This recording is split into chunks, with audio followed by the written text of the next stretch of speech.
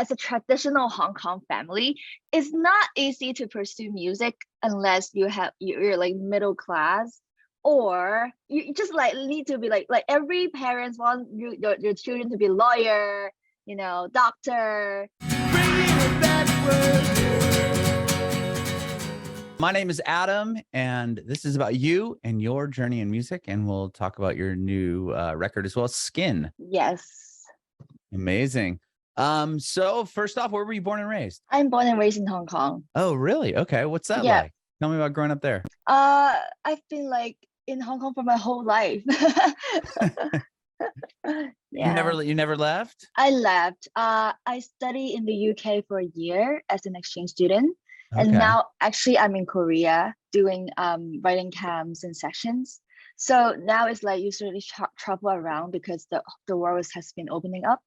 Sure. So yeah. Wow. I mean, that must have been a change going from China to the UK. What was that like? Like getting there, was it quite a culture shock? Not really. Oh, okay. See, I'm so ignorant to all this. I have no idea. I'm from the United States. I haven't left. I went to Mexico. Okay. I'm very not travel.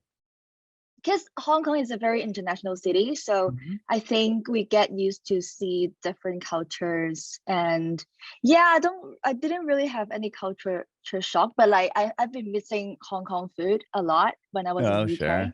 Okay. Yeah. What about like music? Do you come from a musical household? No.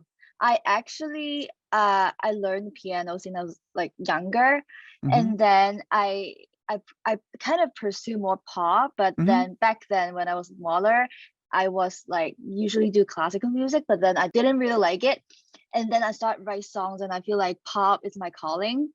So yeah, I just just don't do classical anymore. And then I went to choir, musical theater, and then just start writing songs. And also it's been a while that I thought playing the piano and also have my own song to be sung is like boring. That's why I started learning production on my own on YouTube instead of teaching myself doing production. And that's how I started. So it started on piano, you did that for a bit, and then when you started going more pop, that's when you wanted to not only use the piano, but it was adding those and more production flavor, different sound design. Sure. Yeah. So how old were you when you began playing piano? I think that was elementary school. I think it's around, I don't remember my age, like 10, 11. Okay. Yeah. It's so not super young. Not really, but like that time is like a very common thing in Hong Kong families.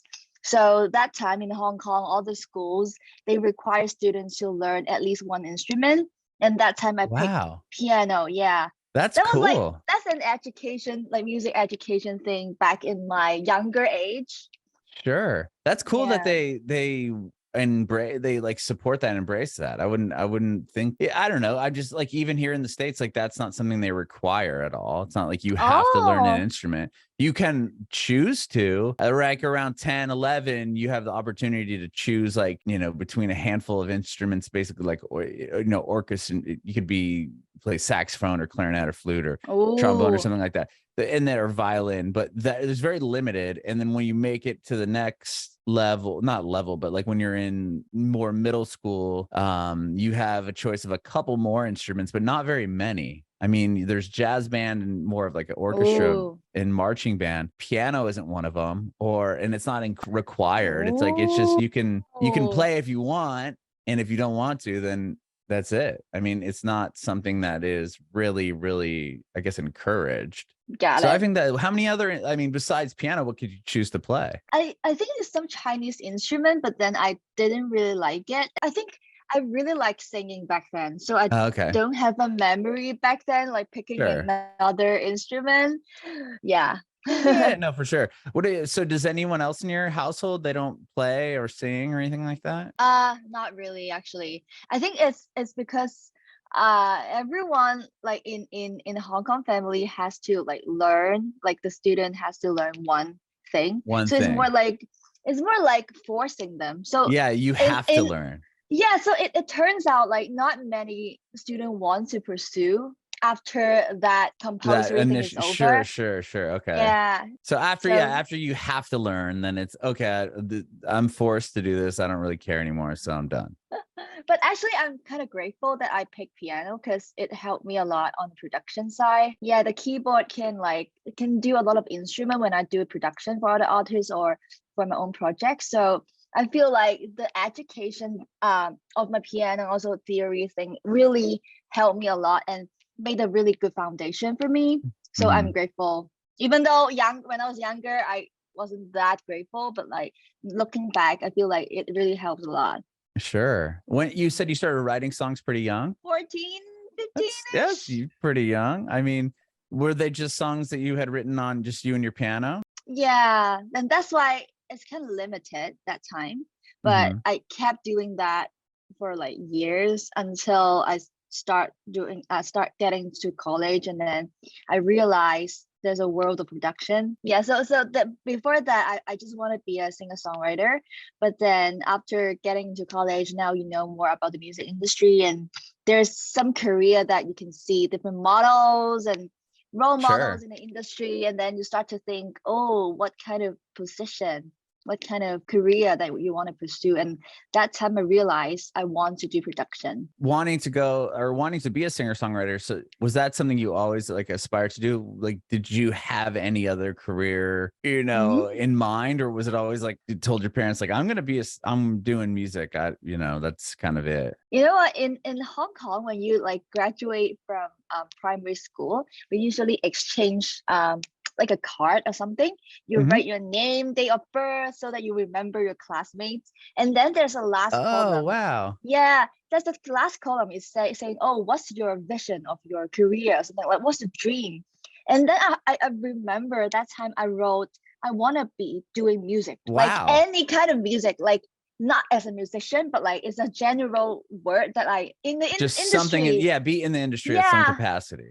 Yeah, so that time I was really small. It's just a primary school. Now looking back, I feel like I've been wanting to do music since I was like primary school. Yeah. That's why. So if you like, actually, I do have a day job currently.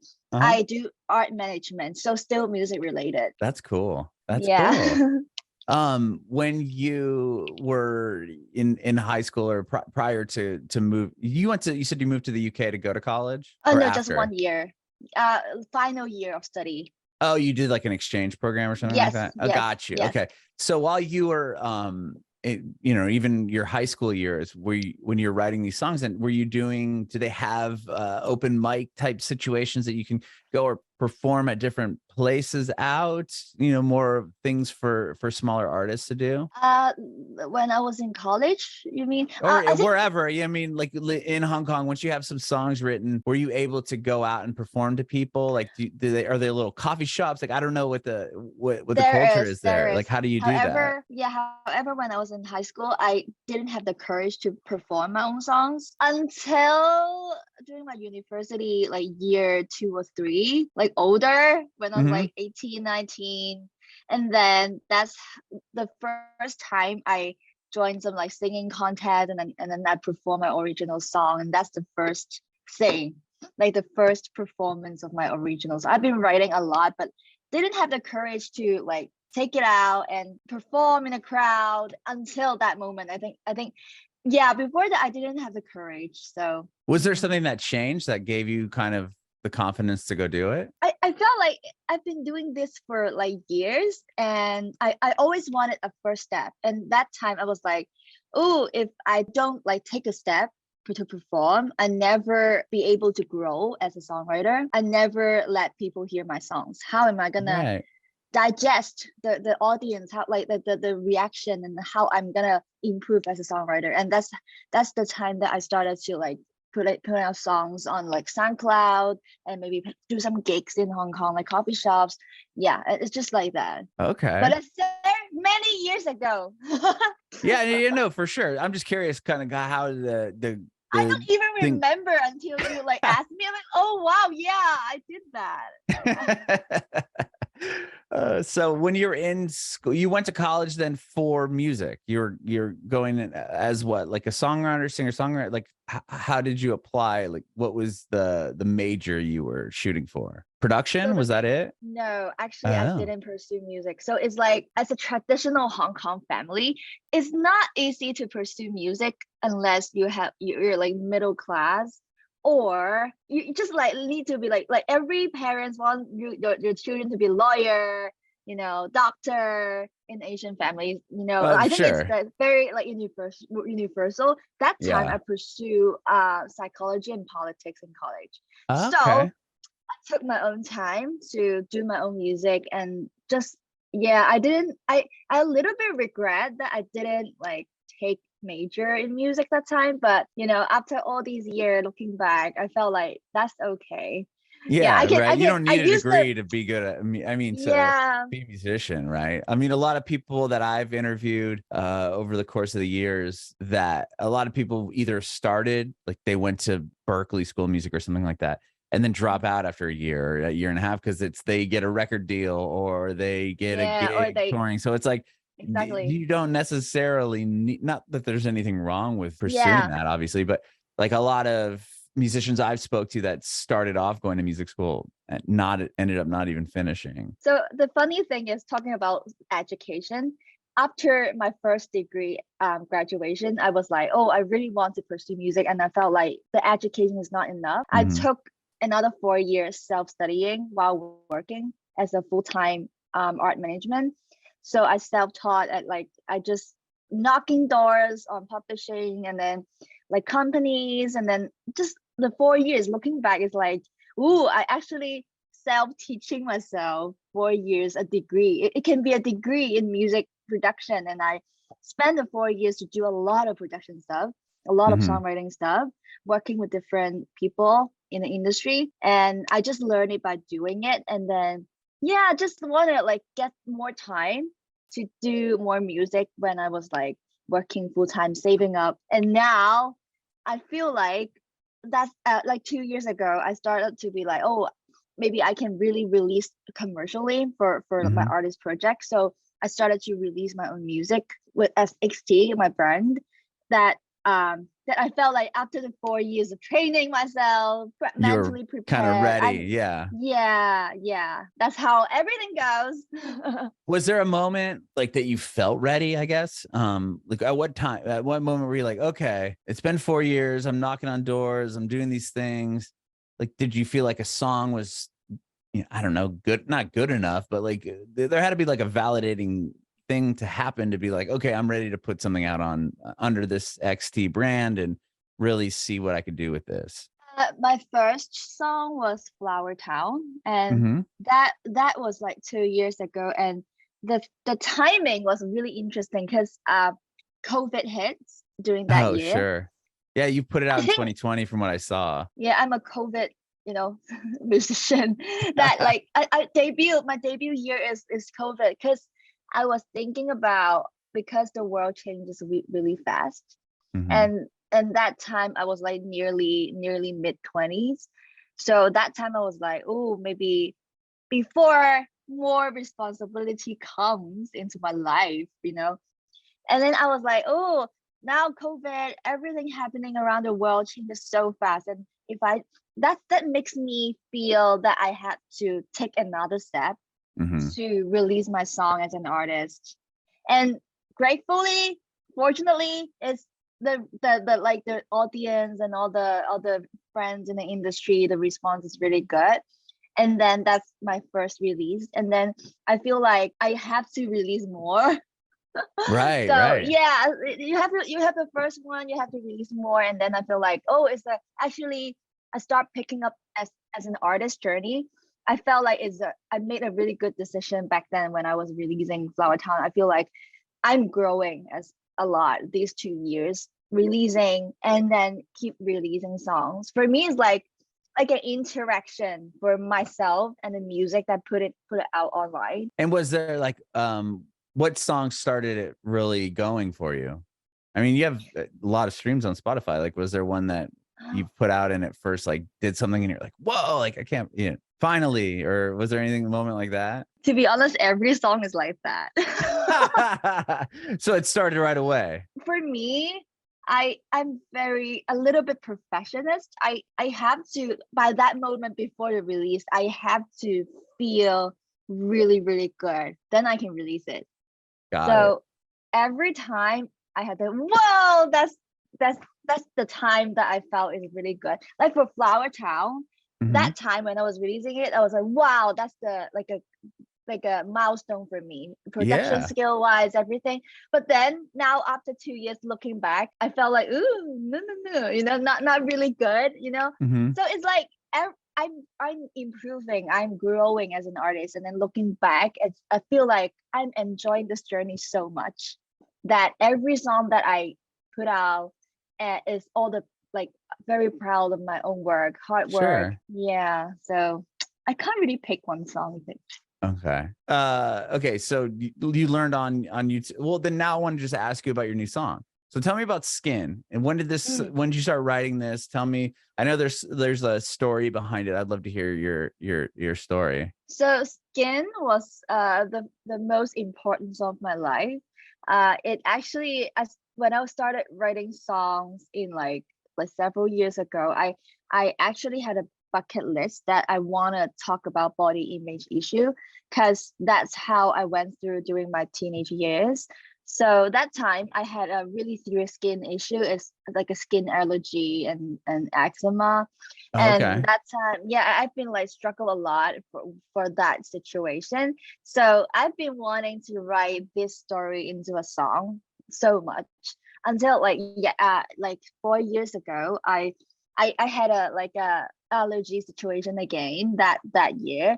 So I wrote that. I used the emotions and put me back into the vulnerability of that headspace to write a song Skin. And Okay. after writing this, I felt like, oh, I finally wrote like a important song a story that I really want to say. But then 4 years ago, I haven't really touched on production too much. I mean, it's just I'm still learning and felt like I'm not ready. And then I really want Skin to be properly and handled with care.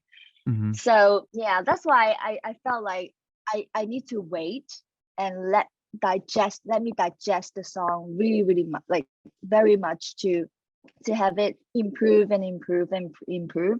So it took me 4 years to like really think about how am I gonna do with Skin, the song. So this summer I also had another allergy stuff again. Like usually I had that like all year round, but like usually there's sometimes like some years will be more serious, some is not. So it really depends on the situation.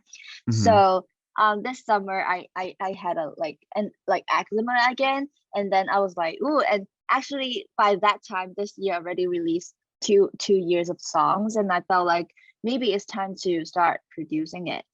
When I start opening the session on Ableton, I start like getting the chords and sing the Skin, because I've been like performing live for like the whole 4 years. Every gig, every concert that I did in Hong Kong, I sang Skin. But not every time is not like produced yet. But when I open a session, I sit down, everything goes really smoothly. Because I think that's because over the 4 years, I already kind of prepared myself. How am I gonna produce it? Because before that, I was really worried that the song would be overproduced, because it's such a vulnerable and emotional song. So, but turns out it just, when I was producing it, it was very smooth. And yeah, and then I felt like because of the 4 years of preparation, mentally, and skills and yeah, and everything. So I can't imagine that must be something hard. I mean, to have, an allergy that, my son just got like a rat, like he started getting some sort of eczema on his mouth and stuff like. oh So he had to go to some dermatologist and get some cream, and like it's going away now. yeah, But like I can't imagine how that he's only 6, so I can't imagine that how hard that must be later in life. Yeah, yeah. like I could, looking at you now, your skin's like flawless. I wouldn't even have any idea. I have You ever like had- neck and like oh, a hand. hand? Yeah. I still can't even see. But yeah, I can imagine that being very difficult, right? You get self-conscious and and everything else when you have those flare-ups or whatever. But does it take, Yeah. take medicine or whatever, and it like can kind of calm it? Yeah, I think the most serious was during my teenage years. When I was a teenager, as a teenage girl, I studied in a girls' school, and every adolescent like cares so much about their appearance. Oh, of course. And that time Everyone, I yeah, looked boys, girls, no matter who awful, it is. Yeah. awful. Yeah, and I was like really like self-esteem really low, and I felt like, oh, I'm not beautiful. And all my friends are looking good because they can do makeup, and because my face was like a lot of rashes and I cannot put makeup on.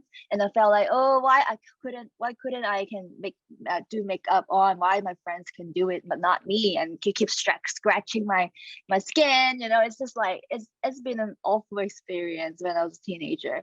But growing up with that situation, I started to embrace it because I felt like, ooh, maybe it's part of me. Maybe it's something that makes me unique. And I just like started to different like helping myself to heal mentally in the go. Now I'm okay. Sometimes it's not, but like I now I know that I can embrace it. And no matter how I look, I can feel beautiful no matter, how I look. Yeah, that's So this is amazing. That's yeah. amazing. I mean, was it pretty therapeutic once the song is out? It's like, there it is. Like I can kind of get that off my conscience, or like, having that self-conscious like idea of it all. I just watched the music video as well for it. I love it. It's Thank beautifully you. shot. Yeah. Tell me about that. The music video is some interesting story behind this.